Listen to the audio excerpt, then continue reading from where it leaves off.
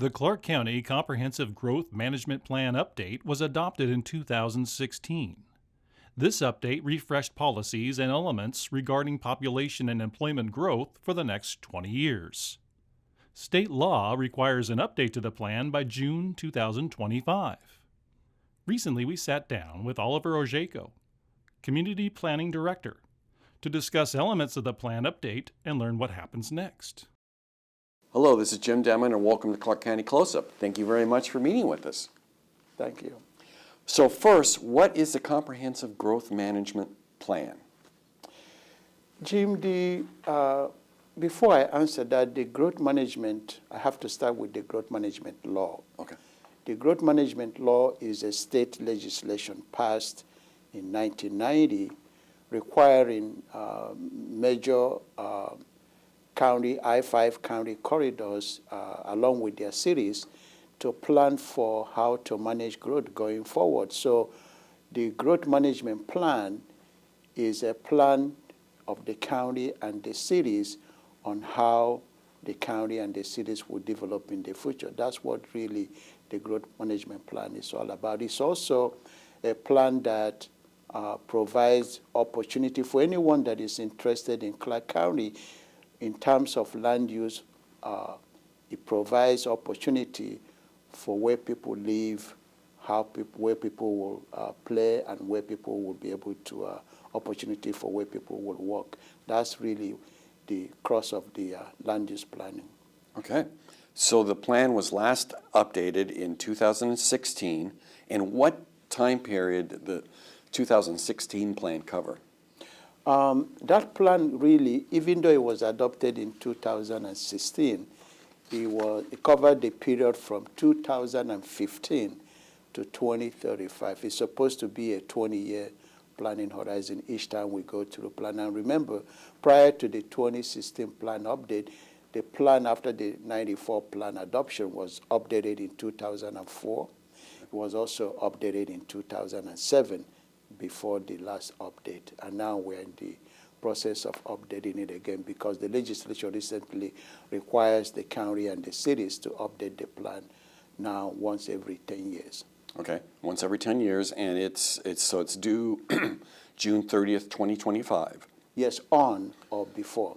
On or before. Yes. And so this would cover up to 2045. Yes, this will be from 2025 to 2045, 20-year planning horizon. Okay, and are all elements of the plan updated? I would say yes, but let me qualify that. Okay. It would depend on the preferred plan that the county and the cities chose. That would determine what element or chapters of the comp plan. But regardless of what happened, we're going to look at each of the plan chapters to see what level of update is necessary. In addition to that, there are new bills or new legislation that the legislature have passed. So part of our role is to look at those new legislation and make sure that our plan or update is consistent with all those new bills that the legislature passed. A good example would be housing bill. This legislature focused significantly on housing because we have a housing affordability issue. So they focus on so many new bills. So we're going to make sure that our update incorporate those new bills so that we can say, yes, we're satisfying the requirement of the Growth Management Act. Okay. So when did this update plan process start, and when do you hope to have this approved through County Council? We started the kickoff of this periodic update January of 2023. Okay. And our goal, because it is it's going to be very comprehensive, it's going to be very intel. The cities are doing the same thing, so we are anticipated to complete on or before June 30th, 2025. Okay. So for the average resident and or business owner, why is this plan update important? It is important because it is the general land use plan for the county. So anyone that has interest in Clark County in terms of land use should pay attention to what is happening. And like I said earlier, it is a plan that provides opportunity for where new houses are going to be built in terms of rooftop, also where new jobs are, opportunity will be for new jobs. And then we have parks and open space element, which will also provide opportunity for where people will play and recreate. And the goal is to continue to make this community a livable place for all residents. So that's why the plan is very important. And part of our goal this time is also to reach out to folks that have not historically be part of our planning process. So we make every effort to reach out to multiple groups. Okay. So the county council has already approved some elements of the plan, including population projections. Can you kind of give us a quick overview of what has already been approved and how these estimates were developed? The council gave us direction on the population or the number population projection to plan for from 2025 to 2045. They recently approved employment forecasts. Also, this means the number of jobs to plan for and how that relates to the same number of folks we are supposed to plan for. The population estimate were developed by state demographer. That's really, usually you hear them referred to as the Office of Financial Management. These are the state staff that do population projection, and often you get April 1 estimate. These are done by state Office of Financial Management that technically population demographers. So that number came from the state. Okay.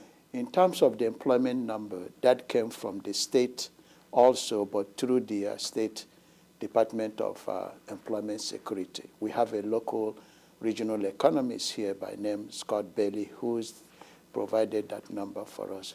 We've been doing it for us since, and there is no cost. We just go to him and he uses his expertise to prepare the numbers for him. And he's someone that is well recognized, and we relied on him to prove. The state doesn't give us, or like population number, the state doesn't give us employment number. We have to generate that locally. So we go to our regional economist, Scott Bailey, at the Employment Security Department to provide the numbers and the forecast for us. Okay. And what are some of the next major assumptions that'll have to be decided by council? Issues like what is the percentage of the new growth that will go to the urban growth area versus what will go to the rural area, that has not been determined yet. We are going to be also presenting to the councillors. We've already relied on census number on persons per household. Mm-hmm. So like, is it going to be 2.66 or 2 whatever the number is? We got a recent number from the census that persons per household should be like 2.67. So I want to confirm that with the council. That's the number that Scott Bailey also relied on, because that's the number. So that's one. Issues on planned housing density going forward. Those type of decisions is yet to be made. And then in terms of commercial, industrial, what is the job per acre? Those type of planning assumptions have to be reaffirmed or reviewed by the council. My goal is to take that to the council sometime in September. Okay. You talked about how it's not just the county. You also deal with the cities. So how are they go through a separate planning process and then it's all uploaded into a single plan? Is that how it kind of works? Yes, the cities are going through the same process we are going now, updating their own plan and engaging their residents. And the state statute requires that as we go through this process, there is a requirement that we coordinate and cooperate with the cities so that at the end, our plan, land use plan, should be internally consistent. Okay. And then do you also work with other agencies like schools, hospitals, C-Tran as an example? Yes, we coordinate with other agencies, like you mentioned, the school. and other utilities, maybe Clark Regional Wastewater, for example, CUP. Yes, we coordinate with them because they also have to plan on how to accommodate that new growth in terms of their system and their ability and how to pay for those facilities. Yes, we do coordinate with with the school districts, and they have to also prepare their own 6-year financing plan on how to accommodate the new growth. Yes, we do coordinate with other agencies. Okay. So one of the elements of the plan likely to generate public discussion is how to handle rural property. You kind of talked about that, how much growth will happen inside urban growth areas versus out in the rural areas. What are some of the possible impacts for rural residents? What are some of the decisions that will be made that might impact their way of life? What comes to mind will be, as we go through this process, we don't know yet, but we will always welcome public participation. Mm-hmm. It's not limited to the folks that live in the urban area. We're also reaching out to folks that live in the rural area. Let us know what your concerns are, what your issues are. You can do that by calling us. You can do that by providing comment, attending advisory committee meetings, open houses in the future. Let us assume, for example, that as the cities look at how they grow in the future and decide to recommend the expansion of the urban growth boundary, where would that impact? That would be expansion into the rural area, for example. And if that happens, those property owners will be impacted one way or the other. So those are some of the things that we are going to be watching. What significant impact will happen in the rural area is too early to determine because the council haven't given us any direction to change any of the zoning in the rural area, for example. But what comes to mind is if we were to expand the urban growth boundary, you expand it into the rural area. When you do that, you bring areas that are rural in nature that will develop urban going forward or at urban density. So that's the impact that I could see immediately. But other than that, we encourage folks to watch what is happening and how that may or may not impact them. Okay. You also touched on capital facilities plan. Can you tell us what's included in this plan and why it's so crucial? In what is included is an inventory of your existing facilities. As part of that, you also include forecasts of your future needs. You also look at your current capacity. With this growth, can you talk about school? Can we accommodate whatever growth is going to happen in our school district, whatever? Can we accommodate that within our existing school facilities? If not, are there opportunities for us to look at building new schools? And if so, where? And then we have to prepare a 6-year financing plan indicating or showing how we're going to pay for that. That is not unique to a city. It's the same thing that, say, for example, a Clark Regional Wastewater can do. The same thing with CUP. Where are our facilities as we grow? Do we need to invest more to accommodate that growth? That's some of the things that are included in the capital facilities plan. We do the same thing on the county side as it relates to road. This new growth we are planning, what are the future roads that needs to be built? You look at your existing, you do an inventory of existing facilities, you look at your forecast of your need, then upon that you determine what and how are we going to pay for it. Now you mentioned that the state has added some new requirements to develop in the plan, and one of them is the climate change element. How will this requirement be met by the county? We are beginning the process now. I'm glad that you asked. It's it's